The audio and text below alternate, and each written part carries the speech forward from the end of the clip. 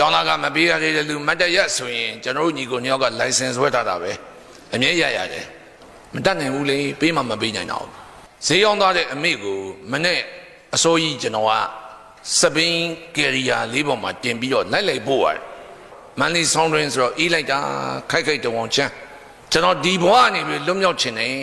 အာကိုအာဒါကိုကြည့်လိုက်တာဘာမှလည်းအာကိုအာဒါမရှိဆွေမျိုးအတိုင်းဝိုင်းမရှိမိဘကြောတော့နောက်ခံမရှိကူညီမဲ့သူမရှိအဲ့ဒီတုန်းကမြန်မာပြည်မှာအလွန်ခက်ဆန်းနေတဲ့တိုယိုတာကော်ရိုလာကားတစ်စီးကိုဝယ်လာခဲ့နိုင်ပါတယ်အဲ့ဒီ၄သိန်းခွဲကိုကျွန်တော်ကတရီတစ်တာကြီးထဲမှာထည့်ပြီးတော့အမေကိုအပ်ပါလေအပြီးမဇက်ကလည်းပြောလိုက်မိအမေလို့သားတို့မဆင်းရတော့ဘူးလို့အမေကိုအားရှိအောင်လုပ်ပါမိုးလေဝသရုံးမှာအသက်18နှစ်4လ1965မေလ3ရက်ကျွန်တော်အသက်18နှစ်4လသားအရွယ်ကလေးကကျွန်တော်ဝန်ထမ်းဖြစ်လာပါတယ်ဒီခန်းထဲကိုကြည့်လိုက်တော့လူငယ်တွေပါကျောင်းသားတွေလည်းပါဆိုတော့ကျွန်တော်ထိုင်နေရင်းနဲ့စဉ်းစားတယ်ငါဘာပြောရကောင်းမလဲကျွန်တော်ကောင်းထဲမှာပြောချင်တဲ့အရာက3ခုလောက်ပြိုင်နေပါတယ်ပထမတစ်ခုကတော့လူငယ်တွေအတွက်တစုံတစ်ခုကျွန်တော်ပြောချင်တယ်ကျွန်တော်ဘဝမှာပြောစရာတွေကတော်တော်များပါတယ်ရုန်းကန်ရတဲ့ဘဝတစ်ခုစခဲ့ရတဲ့အတွက်ရုန်းကန်ရမယ့်လူငယ်တွေအတွက်ကျွန်တော်အတွေ့အကြုံတွေကိုပြောပြခြင်းတယ်ကျွန်တော်ကမန္တလေးတိုင်းအတွင်းမှာရှိတဲ့ငစွန်းဆိုတဲ့မြို့နယ်တဲကကုလရွာဆိုတဲ့ရွာကအမေရောအဖေရော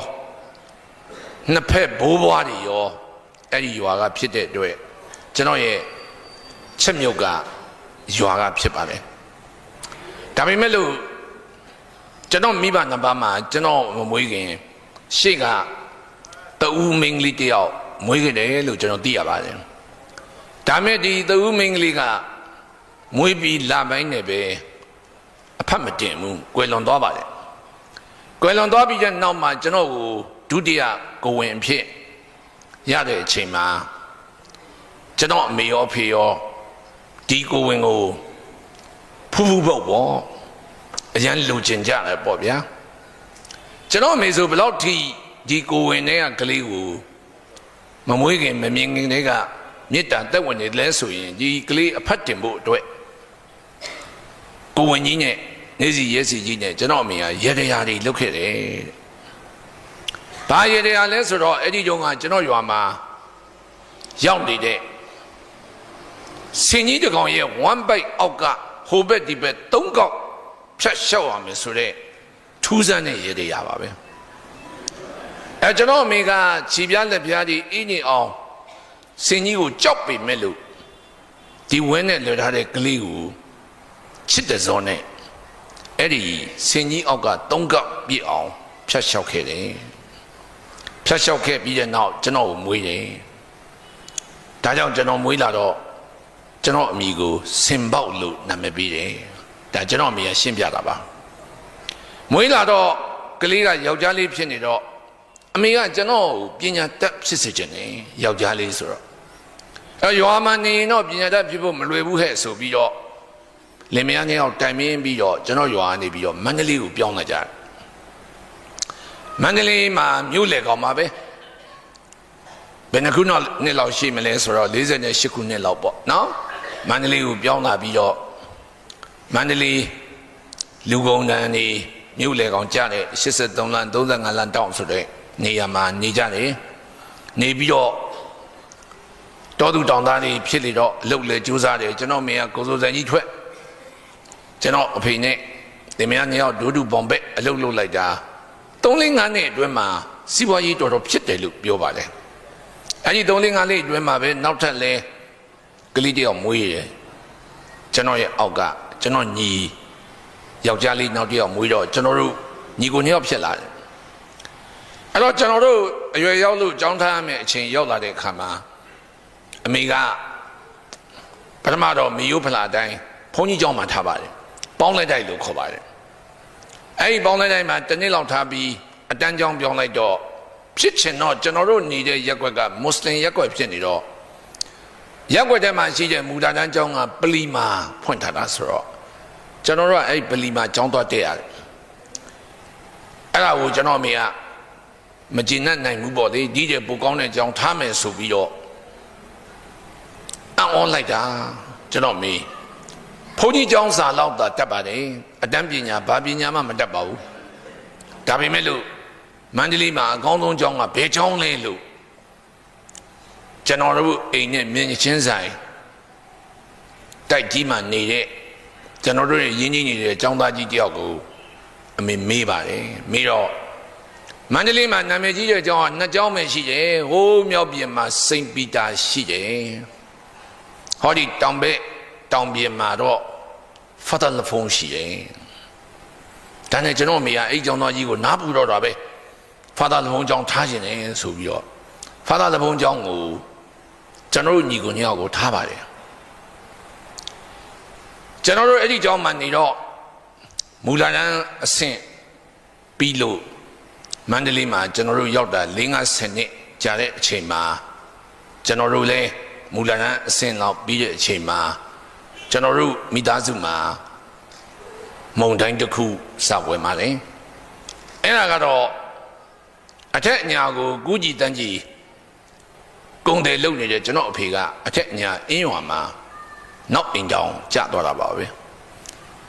နောက်အိမ်ကြောင်ကျသွားတဲ့အချိန်ကစပြီးကျွန်တော်အဖေကပြန်မလာတော့ဘူးမန္တလေးအဲ့တော့မန္တလေးမြို့ကြီးမှာကျွန်တော်တို့ကသားမိ3ယောက်ပဲကျန်ကျွန်တော်အမေရယ်ကျွန်တော်ညီရယ်ကျွန်တော်ရယ်3ယောက်ပဲကျန်ကျွန်တော်အမေကအဲ့ဒီ3ယောက်ရဲ့ဝင်ကိုသူထမ်းရှာပါတယ်ဒါပေမဲ့အင်းအောင်ပြိုကွဲသွားတဲ့အမျိုးသမီးတယောက်ရဲ့ခံစားချက်ဘလောက်ခံစားရတယ်ဘလောက်အပူရုပ်ကိုဟန်လုပ်ပြီးဖုံးပေမဲ့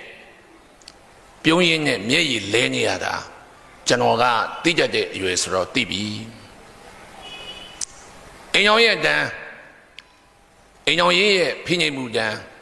စိတ်မချမ်းသာမှုတွေများလာလို့လားမသိပါဘူးကြတော့အင်းရဲ့စီးပွားရေးလည်းပြက်လာတယ်မိမတယောက်တည်းဥဆောင်တဲ့အင်းဆိုတော့စီးပွားရေးတွေပြက်လာပြီးကျွန်တော်တို့အဲ့ဒီချိန်တုန်းကအိမ်5 လုံးလောက်ပိုင်နေတဲ့အိမ်ကြီးလည်းအကုန်ကုန်နောက်ဆုံးဈေးဆိုင်ကြီးလည်းပြုတ်ပြီးတော့ကျွန်တော်တို့ကမန္တလေးအဲ့ဒီမြို့လေကောင်နေရာကနေပြီးတော့မြတ်ပတ်ရဆိုတဲ့ကြောင်ကြကြအရက်တစ်ခုကိုပြောင်းလာအဲ့ဒီပြောင်းတဲ့အချိန်မှာကျွန်တော်8 တန်းရောက်နေပါပြီအဲ့ဒီမှာပြောင်းပြီးတော့လဲကြာရှည်ဆက်မနေနိုင်ပါဘူး9 တန်းလဲရောက်ရောနောက်တနေရာပြောင်းရပြန်တယ်ပိုကြောင်ကြတဲ့နေရာရောက်သွားပါတယ်ဒေဝွန်ပဲဗုဒ္ဓန်ဆိုတဲ့နေရာရောက်သွားတယ်အိုးအိမ်ကဆုတ်ချလိုက်တာအိမ်ကြီးအလုံးရဲ့နောက်ဖေးအဲ့ဒီနောက်ဖေးမှာရှိတဲ့မြေကွက်လက်လေးမှာအိမ်လေးအိမ်ကအပြင်ထွက်လိုက်ရင်မယိုသေးစကားပတ်ပတ်လည်မှာအိမ်သားတွေကြီးပဲသူများအိမ်ရဲ့အိမ်သားတွေနောက်ဒီနေရာကမြေအနှိမ်ဆုံးဖြစ်တော့မိုးရွာလိုက်ရင်ရှိသမျှမိုးရေကဒီအိမ်ထဲမှာရောက်ဆင်းရဲလိုက်တဲ့ဘဝနှုံချလိုက်တဲ့ဘဝပေါ့နော်အဲ့ဒီအချိန်မှာကျွန်တော်အမေကရရအလုပ်လုပ်ရတဲ့အခါမှာဘာလုပ်ရလဲဆိုတော့မန္တလေးထီးရန်တန်းဈေးအဲ့ဒီဈေးမှာမနေ့ပိုင်းလေးကိုကြက်တုံကိုဘန်းလေးနဲ့ထည့်ပြီးတော့ရောင်းရပါတယ်အဲ့ဒီရောင်းရတဲ့ပတ်စံလေးနဲ့ကျွန်တော်တို့ကိုကြောင်းထားဆက်ထားတာပေါ့လေဒါပေမဲ့ဘယ်လိုလုပ်ရမလဲတာတာယူကျောင်းဆိုတော့ကျောင်းသားကအဲ့ဒီတုန်းကတယောက်ကို15 ကျပ်ပေးရညီကို2ယောက်ဆိုတော့30ဒီ30ကိုအမေမပေးနိုင်ဘူးကျွန်တော်တို့ကကျောင်းမှာနေ့စဉ်နေ့တိုင်းလူကျောင်းသားကမပေးရတဲ့လူမတ်တရက်ဆိုရင်ကျွန်တော်တို့ညီကို2ယောက်က license ဝယ်ထားတာပဲအမြဲရရတယ်ကြတော့ကျွန်တော်ဆရာဟိုတနစ်ကမှကွယ်လွန်သွားတဲ့ဆရာဦးမြတ်တောင်းကရက်ဆိုရင်ကြည့်လိုက်ရင်ကျွန်တော်ညီကို2ယောက်ရက်ရင်သူပြောနေကြစကားနားရမှာထွက်ဘူးထွန်းလွင်မင်းလုတ်ပြန်ပြီးနှုတ်ကြီးပဲမတတ်နိုင်ဘူးလေပေးမှမပေးနိုင်တော့အဲ့ကိုရမ်းမှာအဲ့လိုနေနဲ့မရရအဖြစ်ပြတစ်ခုကျွန်တော်ဖြစ်ခဲ့တယ်အဲ့ဒါဘာလဲဆိုတော့ဈေးရောက်သွားတဲ့အမေကိုမနဲ့အစိုးရကျွန်တော်က စပင်းကယ်ရီယာလေးပေါ်မှာတင်ပြီးတော့လိုက်ပို့ရတယ်ဈေးကိုလိုက်ပို့ရတယ်ကျွန်တော်လိုက်ပို့ရတဲ့အချိန်ကမနေ့4 နာရီလောက်မသိဘူးပေါ့လေအမေကသွားမယ်ဆိုတော့လိုက်ပို့ရတာပေါ့မန်လေးဆောင်းတွင်းဆိုတော့အေးလိုက်တာခိုက်တုံအောင်ချမ်းအဲ့မှာအမေကိုနောက်ကကယ်ရီယာလေးပေါ်တင်ဘိန်းကြီးနဲ့လိုက်ပို့တရက်လည်းမဟုတ်နှစ်ရက်လည်းမဟုတ်ကြာလာတော့အမေကိုမေးမိရအမေရဲ့လို့ဈေးကမနေ့လင်းမှဝယ်တဲ့လူတွေလာတာပဲလို့ဆောင်းတွင်းဆိုတော့9 နာရီလောက်မှလူစီတာပါလို့အမေကဘာဖြစ်လို့မနေ့4 နာရီလောက်ကြီးထားသွားတာတုံးလို့ကျွန်တော်မေးလိုက်တော့ကျွန်တော်အမေကပြောရှာတယ်တားတဲ့အမေကဒီကနေ့ရောင်းမဲ့ကြက်သွန်အာလူးကိုမန္တလေးပွဲစားတန်းကပွဲယုံကဝယ်ရတာတဲ့မန္တလေးမှာရှိတဲ့ပွဲယုံတွေကမနေ့စောစောဈေးဥပေါက်ဆိုရင်နည်းနည်းလျှော့ရောင်းနေတမတ်တို့10 ပြားတို့ပေါ့နော်လျှော့ရောင်းနေအဲ့ဒီဈေးဥပေါက်လျှော့ဈေးလေးကိုမိအောင်သူများတဲ့ဥအောင်တွားရတာရင်ထဲမှာနာလိုက်တာအော်ဆင်းရဲခြင်းဟာတစ်ဆိုးပါလားဆင်းရဲတဲ့ဘဝများတင်းနှုံချပါလားအဲ့ဒီအတွေ့လေးကိုရန်ကြောင့်သားကျွန်တော်ခေါင်းထဲမှာဝင်လာပြီးတော့ကျွန်တော်ဒီဘဝနေပြီးလွတ်မြောက်ခြင်းနဲ့ဆင်းရဲတဲ့ဘဝကလွတ်မြောက်ခြင်းနဲ့အာကိုအာဒကိုကြည့်လိုက်တာဘာမှလည်းအာကိုအာဒမရှိဆွေမျိုးအတိုင်းဝိုင်းမရှိမိဘကြောတော့နောက်ခံမရှိကူညီမဲ့သူမရှိအဲ့တော့အာကိုစရာတစ်ခုပဲတွေ့တယ်အဲ့ဒါဘာလဲဆိုတော့ငါ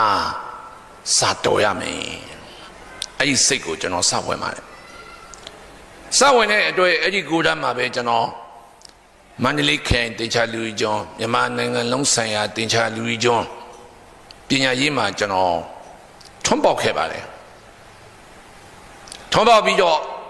ကိုယ်တမ်းလည်းကျွန်တော်အောင်ပါတယ်ဂုဏ်ထူးတွေနဲ့အောင်ပါတယ်10 ရန်းကြတော့ကျွန်တော်ကျောင်းဆက်မတက်နိုင်တော့ဘူးဒီကျောင်းသားကပြဿနာကျွန်တော်မဖြေရှင်းနိုင်ဘူးဒါပေမဲ့လို့ကျွန်တော်ကျောင်းကဆရာတွေကကျွန်တော်ပညာရေးထူးချွန်တာသိတော့10 ရန်းပြီးအောင်ကျောင်းဆက်တက်ဖို့ကျောင်းကဘုန်းတော်ကြီးတွေကိုကျောင်းသားကလွန်ငင်းခွင့်တော့ပြောတော့ဘုန်းတော်ကြီးတွေကလည်းခွင့်ပြုပါတယ်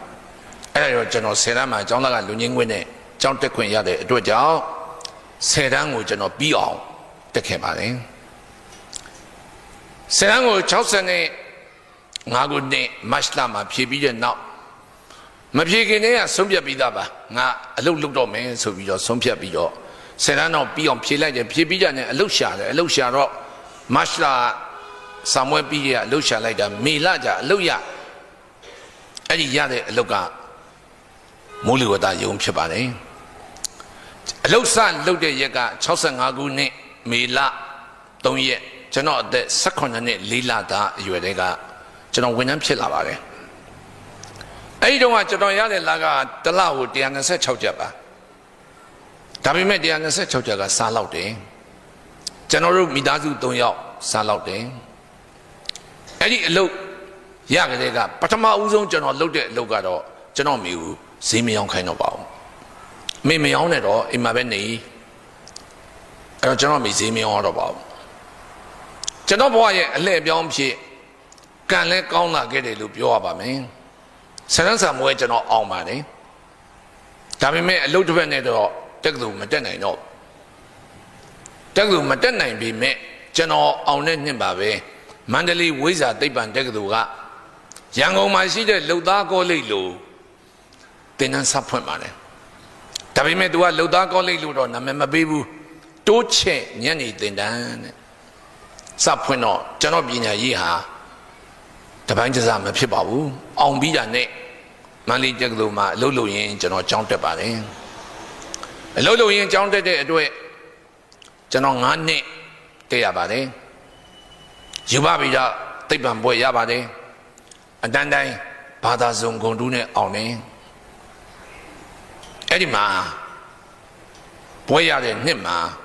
ဘဝအတွက်ဆုံးဖြတ်ရခက်တဲ့ကိစ္စတစ်ခုနဲ့ကြုံခဲ့ရတယ်။ဘာလဲဆိုတော့တက္ကသိုလ်မှာ9 နှစ်တက်လာတော့တက္ကသိုလ်ကဆရာတွေကကျွန်တော်ကိုချစ်ကြပြီ။ကြိုးစားတာလည်းသိစာတော်တာလည်းသိတော့ ကျွန်တော်ရဲ့ဆရာရင်ပါမောက္ခဌာနမှူးဦးကျော်မြင့်နောက်ပိုင်းမှာတော့အထက်တန်းပညာဦးစီးဌာနမှာညွှန်ကြားမှုချုပ်ဖြစ်တဲ့ဆရာကကျွန်တော်ကိုတက္ကသိုလ်မှာဆရာလုပ်ဖို့ခေါ်ပါတယ် demonstrator လုပ်ဖို့ခေါ်ပါတယ်အဲ့ဒီ demonstrator ဆိုတာအလွန်ဂုဏ်ရှိတဲ့အလုပ်ပါဒီတဲ့ပို့ပြီးတော့ပြောရရင်တော့မိုးလေဝသမှာကျွန်တော်လုပ်နေတဲ့ယာဒူးတဲ့တက္ကသိုလ်တရုတ်ပြဆရာယာဒူးကယာဒူး2ဆင့်ပို့ပါတယ်လူတရားမှာ69ယောက်ကတော့ဝင်းတာအရာနဲ့တွားဟိကောင်မင်းတွားလို့တက္ကသိုလ်တွားလို့တော့တက္ကသိုလ်ဆိုတာအခြေကြီးกว่าဂုံလေးရှိတယ်ပညာတွေလည်းဆက်တင်လို့ရတယ်မင်းတွားလို့ပြောကြတော့ကျွန်တော်လည်းတွားလို့ဖို့စိတ်ကူးမိပါလေဒါပေမဲ့လို့ကျွန်တော်မိုးလေဝသရုံစဝင်တော့ကျွန်တော်ကိုအလုတ်ခန့်ပေးခဲ့တဲ့ကျွန်တော်ဆရာကြီးဦးလာကိုကျွန်တော်တော့ခွန့်တောင်းပါတယ်ဆရာကျွန်တော်တို့ဆရာဦးကျော်မြင့်ကတက္ကသိုလ်မှာဆရာလုပ်ဖို့ခေါ်နေပါပြီကျွန်တော်တွားရမလားဆရာကိုမေးတော့ဆရာမျက်နှာပြက်သွားပါတယ်ပြက်သွားပြီးတော့ဆရာကျွန်တော်ရင်ထဲမှာစွဲညှိသွားနိုင်တဲ့စကားတစ်ခွန်းပြောပါတယ်ဘာပြောလဲဆိုတော့ဆရာမင်းကငါဥပဒေရတော့မတားနိုင်ပါဘူးကွာဘာကြောင့်လဲဆိုတော့ဒါမင်းရဲ့ right ပဲမင်းလုပ်လို့ရပါတယ်ဥပဒေရဒါပေမဲ့ဆရာမင်းကိုမေတ္တာနဲ့တော့တားချင်တယ်မိုးလေဝသမှာလုပ်ပါဒီမှာကျွန်တော်ပြောချင်တဲ့စကားရောက်လာပါတယ်ကျွန်တော်မိုးလေဝသမှာပဲလုပ်ခဲ့ပါတယ်မပြောင်းပါဘူးတက္ကသိုလ်ဘာကြောင့်လဲလို့မင်းရင်မိုးလေဝသယုံဟာကျွန်တော်ငတ်တုံးကကျွေးကြတဲ့ယုံဖြစ်လို့ပါပဲကျေးဇူးတရားကျွန်တော်ဘက်မှာရှိတယ်ဒီကျေးဇူးကိုငါဆန့်မယ်ဒီစိတ်နဲ့ကျွန်တော်နေခဲ့ပါတယ်လောကမှာကျေးဇူးမကမ်းမှုအရေးကြီးပါတယ်အဲ့ဒီကျေးဇူးကကျွန်တော်ကိုအကျိုးပေးပါတယ်ဘာကြောင့်လဲဆိုတော့ကျွန်တော်အဲ့ဒီလိုတက္ကသိုလ်ကိုမသွားဘဲနဲ့မိုးလေဝသရုံမှာလှုပ်လိုက်တာကိုကျွန်တော်ဆရာကြီးဦးလအပါဝင်မိုးလေဝသရုံရဲ့လူကြီးများကအလွန်အားရကျေနပ်မှုရှိကြတယ်အဲ့ဒါကြောင့်သူတို့ကကျွန်တော်ဘဝတိုးတက်ရေးကိုသူတို့ဘာသာသူတို့စဉ်းစားကြတယ်အဲ့ဒီစဉ်းစားတဲ့အတွက်ဘွဲ့ရပြီး2နှစ်အကြာမှာကျွန်တော်အမေရိကန်နိုင်ငံကိုပညာသင်သွားရပါတယ်ကျွန်တော်အသက်25နှစ်ပဲရှိပါသေးတယ်အဲ့ဒီတုန်းကအမေရိကန်ပညာသင်သွားတာဟာအလွန်ရှားပါတယ်ပြောရရင်တော့ပထမဦးဆုံးသွားတဲ့သူတွေထဲမှာကျွန်တော်အပါဝင်ဖြစ်ကောင်းဖြစ်ပါလိမ့်မယ်1983ကဖြစ်ပါတယ်အဲ့ဒီချိန်မှာအမေရိကကိုရောက်တယ်သိပ္ပံဘွဲ့မိုးလေဝသအတွက်သွားတယ်တက္ကသိုလ်ကပြောတယ်မင်းဘာလို့သိပ္ပံဘွဲ့လုံးမှလဲမင်းဗမာပြည်မှာသိပ္ပံဘွဲ့ရပြီးသားပဲမင်းသိပ္ပံဘွဲ့ကိုဒီလောက် flying color စီနဲ့အောင်ထားတာဘာလို့သိပ္ပံဘွဲ့ထပ်ပြီးလုပ်ပြီးအချိန်ကုန်မလဲမင်းမဟာသိပ္ပံဘွဲ့လုပ်ဆိုပြီးတော့တက္ကသိုလ်ကကျွန်တော်ကို master တက်ခိုင်းပါလေဒါပေမဲ့ကျွန်တော်နိုင်ငံကခွင့်မပြုပါဘူးမရဘူးတဲ့လွတ်တာပဲသင်ရမယ်ကဲလွတ်တာပဲသင်ဆိုတော့လွတ်တာပဲသင်ပေါ့အဲ့တော့ကျွန်တော်ဗာဖြစ်လေ4နှစ်သင်ရမယ်သင်တန်းကို18လနဲ့ပြီးလာတယ်ကျွန်တော်ပြန်လာတယ်ဒါမဲ့အပြန်မှာတော့ကျွန်တော်အဲ့ဒီတုန်းကမြန်မာပြည်မှာအလွန်ခက်ဆန်းနေတဲ့ Toyota Corolla ကားတစ်စီးကိုဝယ်လာခဲ့နိုင်ပါလေဇာမင်ဆို4316 brand new silver metallic ကားကိုကျွန်တော်မန္တလေးကိုတည်သွားပြီးတော့ကားကိုကျွန်တော်ရောင်းပါတယ်ကားကိုကျွန်တော်ရောင်းတော့အဲ့ဒီခက်ကဈေးရင်4သိန်းခွဲရပါတယ်ကားအဲ့ဒီ4သိန်းခွဲကိုကျွန်တော်ကတရီတစ်တာကြီးထဲမှာထည့်ပြီးတော့အမေကိုအပ်ပါလေအပ်ပြီးမဇက်ကလည်းပြောလိုက်မိအမေလို့သားတို့မဆင်းတော့ဘူးလို့အမေကိုအားရှိအောင်လုပ်ပါအဲ့ဒီလိုပြောပြီး2လလောက်ပဲချပါတယ်အမေကိုစိတ်ကူပေးနေတဲ့ရက်ွက်တဲ့ဆရာဝန်မိသားစုဆရာဝန်တို့ဖြစ်နေတဲ့ဒေါက်တာမြင့်ဆွေကဒီနေ့ကျွန်တော်ကိုခေါ်ပါတယ်ကျွန်တော်ကိုခေါ်တော့ကျွန်တော်ကသူစေကန်းကိုသွားတော့သူကလက်ထက်မှာဓာတ်မှန်ကြီးကိုကင်ထားပြီးကျွန်တော်ကိုပြောပါတယ်ကိုထွန်းလည်းဒေါ်တို့ရဲ့အဆုတ်မှာအကြောင်းတွေပေါ်နေပြီ ယောဂကကျွန်းနေပြီတော်တော်ကနေရလာရင်နောက်ထပ်3လပဲကျွန်တော်မိုးချိုးပြခံရတယ်လို့ခံစားရပါတယ်ပတ်စံနေရလာပြီး3နိုင်နဲ့အချိန်ရောက်မှကျွန်တော်မိကအသက်မရှိတော့ဘူးဖြစ်နေတယ်ဒါပေမဲ့အာတင်းနေငါမှပတ်စံနေရှိတာပဲငါအမေကိုငါရောက်အောင်ကုမယ်ဆိုပြီးကျွန်တော်ကိုရန်ကုန်ပြောင်းမှုခေါ်နေတာကျွန်တော်ဆရာခေါ်နေတာနှစ်ပေါက်ပြီးကျွန်တော်မပြောင်းဘူးမန္တလေးမှာပဲပြကတ်နေတာဒါပေမဲ့အမေကိုစိတ်ကူးကျင်တာနဲ့1989ခုနှစ်မှာအမေကိုခေါ်ပြီးတော့ရန်ကုန်ကိုပြောင်းလာပါတယ်ရန်ကုန်သူ့ဝိနာမှာပဲနေပါတယ်ဒေါက်တာမြင့်ဆွေကမှန်လိုက်တယ်ဘုတွန်းလင်ကိုရောက်ရင်တော့ဒေါက်တော်ကိုယူဆိုင်ပါဗျာဒေါက်တော်ယောဂကဒေါက်တော်အလွန်ကြိုက်တဲ့စိတ်လိတ်နဲ့ကွန်းနဲ့မတည့်ဘူးအဲ့ဒီစိတ်လိတ်တွေကွန်းနေတော့မတော့ပါစေနဲ့မစားပါစေနဲ့ဂယူဆိုင်ပါလို့မှားလိုက်ပါတယ်အဲ့ဒါကြောင့်လဲကျွန်တော်ကအမေကိုဂယူဆိုင်ဖို့ကျွန်တော်ရွာကကျွန်တော်ညီမဝမ်းခွဲတယောက်ကိုခေါ်လာအတူလိုက်နေပြီဖို့ကျွန်တော်ကယုံတည့်ရမယ်ဆိုတော့နေမှာမရှိဘူးအိမ်မှာသူတို့တူကြီးနှစ်ယောက်ကိုထားပြီးကျွန်တော်ယုံတက်သူ့ကိုလည်းမှားဂယူဆိုင်ဒါတွေကိုဖွက်ထားအဲ့လိုနဲ့နေလာလိုက်တာတလလောက်လဲကြာရောတနေ့ကျွန်တော်ကယုံရောက်လို့မှမကြသေးဘူးအင်ကညင်မကဖုံးဆက်တော့တာပဲကိုကြီးရဲ့အိမ်ကိုမြန်ဆုံးပြန်လာပါတဲ့ဟာဘာဖြစ်လို့တော့ကြီးကြီးတတိလက်သွားလို့ကျွန်တော်ညီမကကျွန်တော်အမေသူ့တော်ကိုကြီးကြီးလို့ခေါ်ပါတယ်ကြီးကြီးတတိလက်သွားလို့ဟာဘလို့ပြစ်တော်တော့မနေ့ကအကောင်းကြီးပါဘယ်နဲ့အခုတတိလက်သွားရတာတော့အေးငါလာမယ်ဆိုပြီးကျွန်တော်အိမ်ပြန်ပြေးတာပေါ့ဗျာပြန်ပြေးတော့ဟုတ်တယ်ဗျာကျွန်တော်အမေတတိလက်နေတယ်ဟာတတိလက်တာဒီတိုင်းထားလို့ဘယ်ဖြစ်မလဲဆေးုံတင်ပါဖြစ်မှာပေါ့ကဲဆေးုံတင်အောင်လှုပ်ဆိုပြီးတော့ဆေးုံမှာလိုအပ်မဲ့ဖြာတို့စောင်းတို့ခေါင်းအုံးတို့ဓာတ်ဘူးတို့ဖနက်တို့ဒါတွေကိုတရားစီစစ်ပြီးတင်ပြီးတော့လေပင်ကားလေးသွားငါလေပင်ကားလေးပေါ်မှာတင်ပြီးတော့ဆေးုံကြီးကိုပြေးတာပေါ့ဗျာဆေးုံကြီးရောက်တော့ကံကောင်းတယ်ဆေးုံကြီးမှာကျွန်တော်နဲ့10တန်းတုန်းကအကြောင်းတွေပဲတကယ်ချင်းဆရာဝန်ဖြစ်နေသူနဲ့တော့တွေ့တော့သူကကဲကွာဆိုပြီးတော့လှုပ်ပြီးလိုက်တော့ကျွန်တော်မင်းဆေးုံတက်ခွင့်ရပြီးတော့ကတင်လဲရရောအဲ့ဒီကနေပေါ်မှာအမေကိုတင်တာပေါ့လေကဲဖြာခင်းအောက်ကဆောင်ရန်လေးခင်းလိုက်အောင်ခေါင်းလေးချကဲအမေကိုပွေတာလေးချဆိုပြီးတော့အမေကိုအေးမိမှစိုးလို့သူ့ကိုစောင်းနဲ့ပတ်ပြီးတော့ယူလာတာ哦ယူလာတော့အဲ့ဒါလေးကိုချပြီးတော့ခေါင်းလေးလေးတင်ပြီးရောကဲအိုက်ပါတယ်အဘောကပတ်ထားတဲ့စောင်းကြီးကိုဖယ်လိုက်ပါအောင်ဆိုပြီးတော့သူ့ဘောပတ်ထားတဲ့စောင်းကြီးကိုကျွန်တော်ဖယ်လိုက်တော့မှကျွန်တော်မှအားတင်သွားပြီးပါဇက်ကလည်းဟာဆိုထွက်သွားတယ်အော်လုံးဘာဖြစ်လို့လဲဆိုတော့ကျွန်တော်ဘာတွေ့လိုက်ရလဲဆိုတော့တတိမရတဲ့ကျွန်တော်အမေကသူများကပွေသူများကစောင်းနဲ့ပတ်ပြီးတော့ဆေးရုံပေါ်တင်ရတဲ့ကျွန်တော်အမေကဆေးရုံပေါ်ရောက်လို့စောင်းကိုလည်းဖယ်လိုက်ရောရင်ခွဲမှာကိုယ့်ရင်ကလေးကိုတင်ပြီးတော့လက်ကလေးနဲ့ဒီလိုအုပ်ပြီးတော့တတိမေးကျွန်တော်တွေ့တဲ့အချိန်မှာတော့ဒီတိုင်းလေးပေါ့တတိမေးရကလေးဒါပေမဲ့လက်ထဲမှာဘာပါလာလဲကိုယ့်ရင်ပါလာတယ်ကျွန်တော်ကြည့်ပြီးစိတ်မကောင်းဘူးအော်အမေဖြစ်ရလေဗျာဒီကိုယ့်ရင်များဘယ်လိုလုပ်ယူလာတာတော့အော်လုံးလို့ဒါပေမဲ့မပြောတော့ပါဘူး तू ကတတိမိတ်နဲ့ဆိုကဲလှုပ်ထားဆိုပြီးတော့စေယုံမော်တင်လိုက်တာပေါ့ဗျာတင်လိုက်တော့2ရက်လောက်အရကြတော့အမေတက်တာလာပြီဗျထူတောင်ဖြစ်လာပြီစကားတွေဘာတွေလဲပြောနိုင်လာပြီပြောနိုင်လာတော့မျက်နှာလေးကြီးလင်းဖြစ်နေတော့ကျွန်တော်ကဟိုတနေ့ကကိစ္စတတိယဒီကိုယ့်ကိစ္စတော့ပြောမှဖြစ်မယ်ဒါနဲ့အနာကပ်ပြီးတော့အမေကိုကျွန်တော်ပြောတယ်အမေကိုကမစားနိုင်လေအမေနဲ့မတည့်ဘူးကျွန်တော်မြင်ဘာမျိုးမလုပ်ဘူး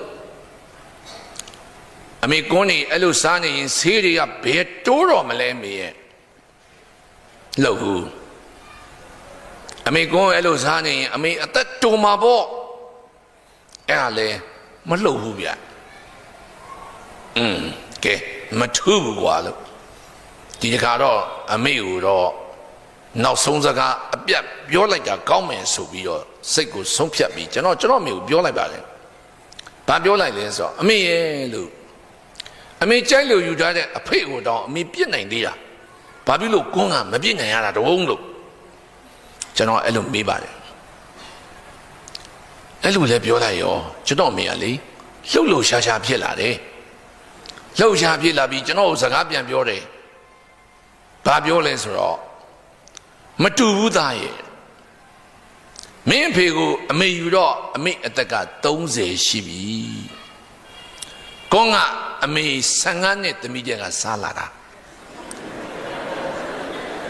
ကောင်းကမှအမေရဲ့ငယ်ကြီးတဲ့အဲ့ဒီစကားလေးကိုပြောပြီးကျွန်တော်မေတည်တဲ့ထိကွန်းကိုဖြတ်မသွားပါဘူးအဲ့နောက်မကြခင်ကွယ်လွန်သွားပါတယ်ဒါပေမဲ့လို့စိတ်ထဲမှာဖြေစရာတစ်ခုရှိတာကတော့မန္တလေးကဆရာဝန်က3လလောက်ခံမယ်ဆိုတော့ကျွန်တော်မေဟာကျွန်တော်လက်ပေါ်မှာ2နှစ်လောက်နေသွားရပါတယ်သို့တော့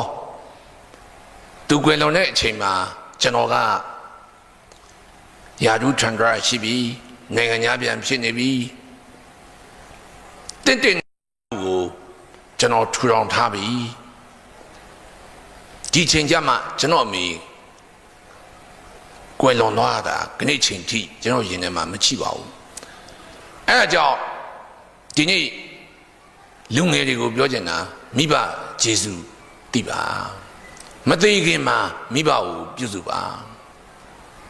ဒါလေးအရေးကြီးရထင်လို့ကျွန်တော်ပြောပြခြင်းဖြစ်ပါတယ်အိမ်တော်ရင်းမှာလည်းဒီတိုင်းပါပဲကျွန်တော်အမေရိကကိုပညာသင်သွားတော့အဲ့ဒီမှာကျွန်တော်မြန်မာမိသားစုတစုနဲ့တွေ့တယ်အဲ့ဒီမြန်မာမိသားစုကအဲ့ဒီတုန်းက Voice of America မှာအလုပ်လာလုပ်နေကြတဲ့မြန်မာအတန်ကဝန်ထမ်းတွေဖြစ်ပါတယ်အဲ့ဒီဝန်ထမ်းမိသားစုဟာနောက်တစ်ချိန်မှာတော့ကျွန်တော်ရဲ့ရောက်ခမတွေဖြစ်လာမဲ့မိသားစုပါပဲအဲ့ဒီမှာကျွန်တော်ဇနီးလောင်းကိုကျွန်တော်စတွေ့ပါတယ်ကျွန်တော်စတွေ့တဲ့အချိန်မှာ तू က14နှစ်လောက်ရှိပါသေးတယ်အဲ့တော့တမျိုးတော့မထင်ပါနဲ့ကျွန်တော်14နှစ်သမီးကိုဘာမှမလုပ်ပါဘူးကျွန်တော်စတွေ့ခဲ့တာပါစတွေ့ပြီးခုနပြောသလိုကျွန်တော်2နှစ်လောက်နေတော့မြန်မာပြည်ပြန်လာတယ်သူတို့ကကြံရင်ခဲ့တယ်ဘာလို့သူတို့ကအလုပ်က9နှစ်ဆိုတော့ကြံရင်ခဲ့တယ်ကျွန်တော်မန္တလေးပြန်သွားတယ်မန္တလေးမှာနေသေးတယ်နောက်အမေကိုဈေးကူဖို့ရန်ကုန်ကိုပြောင်းလာတယ်ပြောင်းလာပြီးတော့ကျွန်တော်ကရန်ကုန်ရောက်တော့မှ assignment ပြီးလို့ပြန်လာတဲ့ကျွန်တော်ရောက်ခမမိသားစုနဲ့ကျွန်တော်ပြန်တွေ့ပါတယ်ပြန်တွေ့တဲ့အချိန်မှာကျွန်တော်ဇနီးလောင်းဖြစ်လာမဲ့လက်ရှိကျွန်တော်ဇနီးဟာအသက်19နှစ်လောက်ရှိနေပါပြီလှတာပေါ့ဗျာမဟုတ်လားလှတော့လေကလေးမလေးကကြိုက်တာပေါ့နော်သူကကြိုက်တာပါနော်ခုချိန်ကြီးကျွန်တော်တို့လင်မယားနှစ်ယောက်မှာရည်စားစကားမသူရင်စပြောတယ်ဆိုတာကိုအခုချိန်မသေးခွဲဘူးကျွန်တော်တို့နော်အဲ့တော့ကြိုက်လို့ယူလိုက်တာပေါ့ရတဲ့အချိန်ကြီးလိုက်တော့အမေစာကျိုးလက်ကြိုက်သားဗျဒွေကျူလေးတူရဲ့သူ့ကိုယူတော့ကျွန်တော်အသက်30အသက်30ကိုဒွေကျူတော့15ကိုလေးတူတော့19သူ19ကျွန်တော်30ကျွန်တော်တို့အိမ်အောင်ကြလာတယ်ဘာလို့ယူလိုက်တာလဲမိဘပေးစားတာလားမဟုတ်ဘူးကိုကြိုက်လို့ကိုယူလိုက်ကြတာဒါပေမဲ့အချိန်လုံလောက်အောင်ယူပြီးတော့တယောက်ကြောင်းတယောက်သိအောင်တော့ဘယ်လုပ်ခဲ့နိုင်မလဲကျွန်တော်တို့တွေ့ဆုံချိန်ကတော့နေခဲ့တာပေါ့ချစ်လို့ယူလိုက်တဲ့အတွက်ယူပြီးတဲ့နောက်အိမ်တော်ကြီးဟာအရန်ကိုပျော်စရာကောင်းပါလေဒါပေမဲ့အိမ်တော်တို့ရဲ့ထုံးစံတိုင်းသမီးလေးတယောက်ရပြီး2နှစ်3နှစ်လောက်ကြာတော့သူနဲ့ကျွန်တော်နဲ့ကွာခြားချက်တွေကအတော်များတာ哦အတော်များဆိုဘာမှကိုမတူတာဥမာကျွန်တော်ကတချင်းကြိုက်တယ်ဘသူကြိုက်လဲစန္ဒယာချစ်ဆွေမမအေးမေလမြိုင်ကြိုက်တာပေါ့ကျွန်တော်အရွယ်နဲ့ကျွန်တော်သူကအဲ့ဒါဒီနားကိုမထောင်ဘူးသူကတော့ဇော်ဝင်းထွန်းမလွှမ်းမိုးမ ဝိတုတွေဖတ်တယ်သူလည်းဝိတုဖတ်ကျွန်တော်လည်းဝိတုဖတ်ကျွန်တော်ကဝိတုကိုကြိုက်တာတာဓုတို့အောင်လင်းတို့တကုံရွှေများတို့သူကတော့ဂျူးမှာဂျူးဟာလူတွေဆက်ဆက်တဲ့နေရာကြတော့လေကျွန်တော်ကတော့လာတဲ့ကောင်ဆိုတော့လူတွေကိုသိအာနာတတ်တာကိုတော့တော်ရုံတန်ရုံဟာဆိုကျွန်တော်မပြောဘူးတီးခံနေသူကတော့အမေရိကန်မှာအထက်တန်းကျောင်းပြီးလာတဲ့လူဆိုတော့အမေရိကန်စတိုင်ပေါ့ဗျာပြက်တာပေါ့မဟုတ်ဘူးလားပြောစရာရှိလဲဘွင်းမင်းပဲပြောချရတာဟာကျွန်တော်မှအားရနာ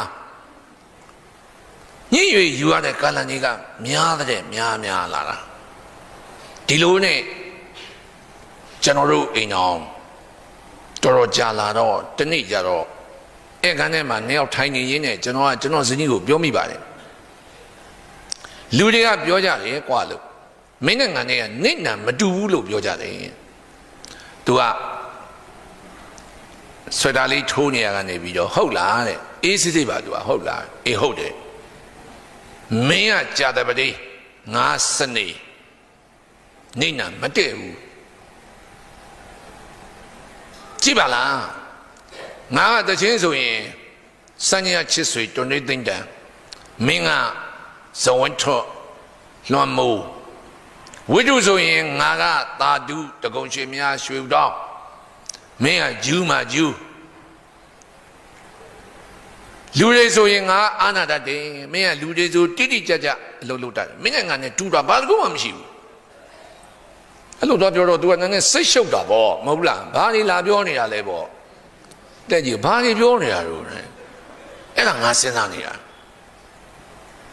ကိုမင်းနဲ့ငါနဲ့ဘာမှလည်းတခုချင်းသဘောထားချင်းမတိုက်ဆိုင်ဘူး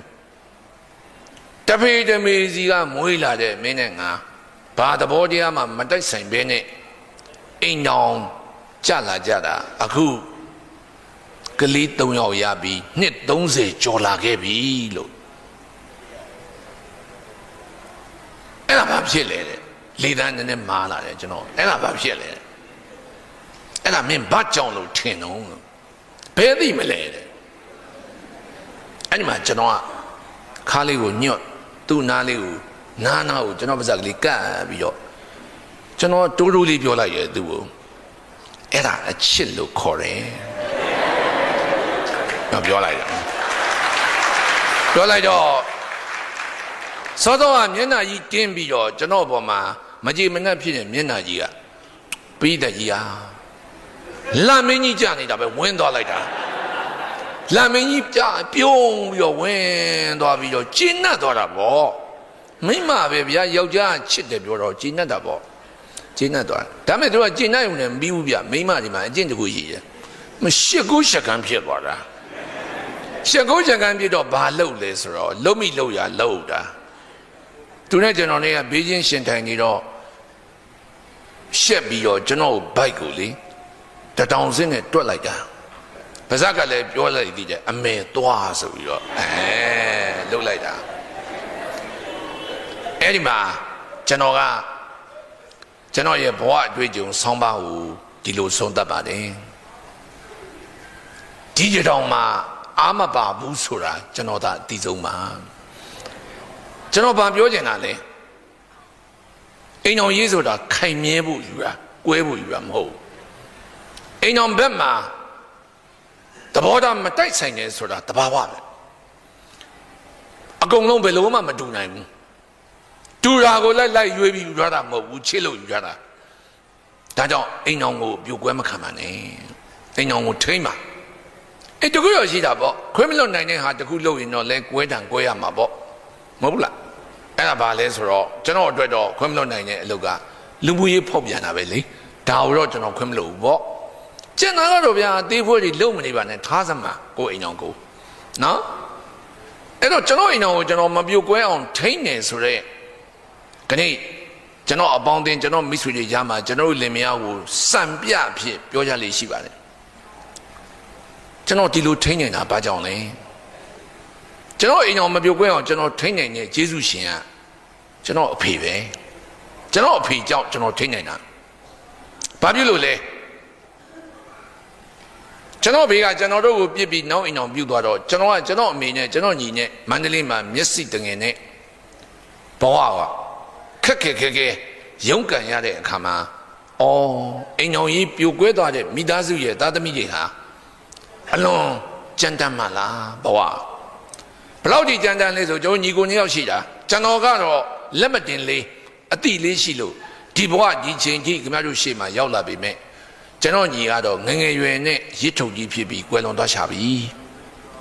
သူ့ကိုကျွန်တော်မကြည့်နိုင်ဘူးလေကျွန်တော်လည်းကျွန်တော်ဟာကျွန်တော်ပဲကျွန်တော်ဘဝကျွန်တော်ရုန်းကန်နေရတာညီကိုနှစ်ယောက်ပဲရှိတာကျွန်တော်လည်းငယ်တဲ့ကောင်ကကျွန်တော်အရင်သိပြီကျွန်တော်ဒါကိုပြန်တွေးမိကြရင်အိမ်အောင်ကွဲဖြစ်သွားတဲ့မိသားစုတွေရဲ့သားသမီးတွေဟာဘလောက်ဘဝမှာ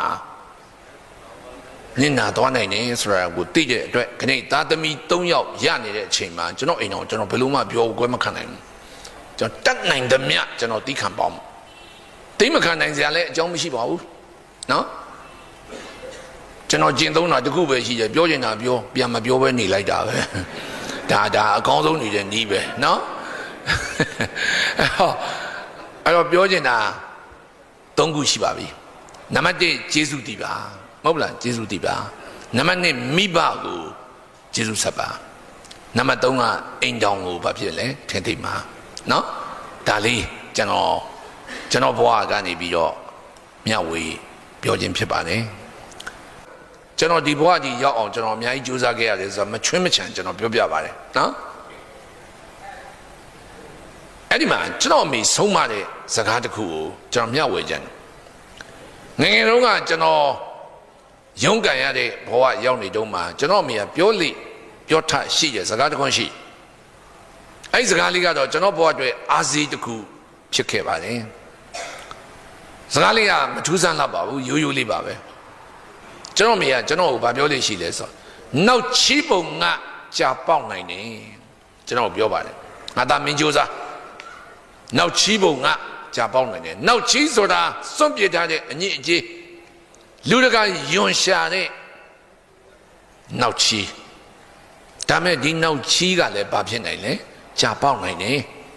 အေးကြာပေါက်ပြီဆိုရင်တော့အဲ့ဒီကြာဘယ်ရောက်သွားမလဲဖျားစင်မော်ရောက်သွားမယ်ဘုရားစင်မော်ရောက်သွားလို့ရှိရင်လူတကာကထိုင်ပြီးတော့ရှ िख ိုးရတယ်ကောင်းလိုက်တာဘဝကစက်တာရရချွတ်တဲ့ဘဝဆိုတော့အဲ့လောက်လေးအားဖြစ်တာကိုကျွန်တော်မှကြီးမားတော့အကူအညီကြီးပါပဲစိတ်ခွန်အားကျွန်တော်တက်သွားတယ်အခုကြီးလာတော့ကျွန်တော်ပြန်စဉ်းစားတော့ဟုတ်တာပေါ့အမေမှန်လိုက်တာနောက်ချီးဆိုတာလူတွေကမသိလို့သာအညစ်အကြေးလို့ယွန်ရှာစရာဆိုပြီးအဖက်မလုပ်ချင်တာအမေနောက်ချီးဆိုတာမြေဩဇာဒီနောက်ချီးပုံထဲမှာကြာပေါက်ရင်ကြာကရှင်သန်ဖို့တာဘာဖြစ်လဲမြင်ရမယ်ဘာကြောင့်လဲဆိုတော့နောက်ချီးကမြေဩဇာဒါကြောင့်ပြောချင်တာလောကကြီးမှာဆင်းရဲတယ်ဆိုရင်ဆင်းရဲတာဒီဘဝရဲ့တွန်းအားပါဒါမြေဩဇာပါကြာပွင့်ဖြစ်အောင်ကြိုးစားပါခြေတလန်းကြာတပန်းပွင့်တယ်ဆိုတာလောကမှာရှိပါတယ်အဲ့ဒီဘဝရောက်အောင်အကယ်၍များဒီပြည့်တဲ့ထဲမှာဘဝမှာမပြည့်စုံလို့စိတ်ဓာတ်အင်အားညော့နေနေတဲ့သူတွေများပါခဲ့ရင်အဲ့ဒီလိုဘဝမျိုးကလူတယောက်ဟာခဏခင်ဗျားတို့ရှေ့မှာထိုင်ပြောနေပါတယ်ဆိုတာလေးကိုသင်ခန်းစာနမူနာယူပြီးစ조사ကြစေချင်ပါတယ်